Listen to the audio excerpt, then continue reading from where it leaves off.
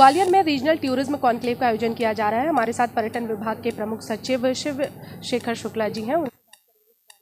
Sir, इस conclave के जरिए किस तरह से पर्यटकों की संख्या बढ़ाने पर फोकस आप कर रहे हैं? ये Gwalior tourism conclave regional basis पे इसलिए आयोजित की जा रही है कि ग्वालियर डिवीज़न, चंबल डिवीज़न, सागर डिवीज़न, यहाँ पे बहुत सारे पर्यटन के और सांस्कृतिक यहाँ पे विशेषताएं हैं। उन सबको सारे जो ट्रैवल इंडस्ट्री के लोग हैं, चाहे वो निवेशक हों, चाहे वो टूर ऑपरेटर्स हों, पूरे देश से हमने इकट्ठा किया है। उनको ये शोकेस करेंगे, बताएंगे कि यहाँ की क्या विशेषताएं हैं और क्यों उनको यहाँ पे ज़्यादा से ज़्यादा पर्यटक भेजने चाहिए। खुद वो अनुभव करेंगे, देखेंगे और बहुत सारी बातचीत होगी, माननीय मुख्यमंत्री जी से भी बातचीत होगी, तो प्रेरित होंगे ज़्यादा से ज़्यादा पर्यटक इस क्षेत्र में आएँ। तो यहाँ पे पर्यटन की नई संभावनाएँ सृजित होंगी और नए द्वार खुलेंगे।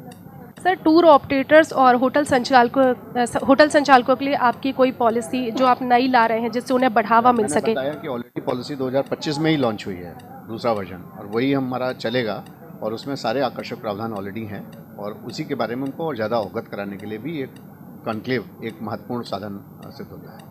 सर, इस कॉन्क्लेव के जरिए जो क्षेत्रीय विकास है और जो क्षेत्रीय लोग हैं उन्हें आप किस तरह से रोजगार देने की तैयारी कर रहे हैं? पर्यटन एक ऐसा क्षेत्र होता है जिसमें सबसे कम निवेश करके सबसे ज़्यादा रोजगार सृजित होता है। प्रति 10 लाख रुपए खर्च करने पे, निवेश पे 90 लोगों को प्रत्यक्ष या अप्रत्यक्ष रोजगार मिलता है। यानी कि कैलकुलेशन करिए, सिंपल सा, 100 करोड़ के इन्वेस्टमेंट में 90,000 से 1 लाख लोगों को रोजगार मिलता है। इतना कोई और सेक्टर रोजगार नहीं देता। इसीलिए निवेश की जो असीम संभावनाएं हैं उनको हम लोग एक्सप्लोर कर रहे हैं, निवेशकों को प्रोत्साहित कर रहे हैं और इससे बहुत बड़ी संख्या में स्थानीय लोगों को रोजगार मिलेगा, आर्थिक गतिविधियाँ बढ़ेंगी और क्षेत्र के विकास में ये महत्वपूर्ण योगदान साबित होगा।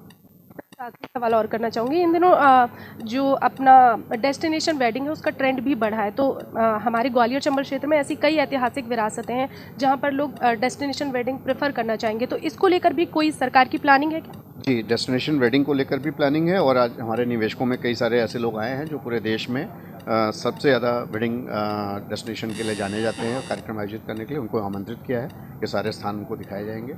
और दूसरा माइस का क्षेत्र है, मीटिंग्स, इंसेंटिव्स एंड कॉन्फ्रेंसेस, वो भी बहुत बड़ी एक रोजगार के लिए इम्पॉर्टेंट है, पर्यटन के लिए इम्पॉर्टेंट है, उस पर भी हम काम कर रहे हैं। प्रदेश के सभी स्थानों में बड़े होटल्स, 5 स्टार होटल्स खुल रहे हैं, कन्वेंशन सेंटर्स बन रहे हैं और हमारा प्रयास है अधिक से अधिक मीटिंग्स और कॉन्फ्रेंसेस हम अपने प्रदेश में लेके आएँ ताकि लोग देखेंगे भी, उससे भी पर्यटन बढ़ेगा और बहुत सारी आर्थिक गतिविधियाँ बढ़ेंगी।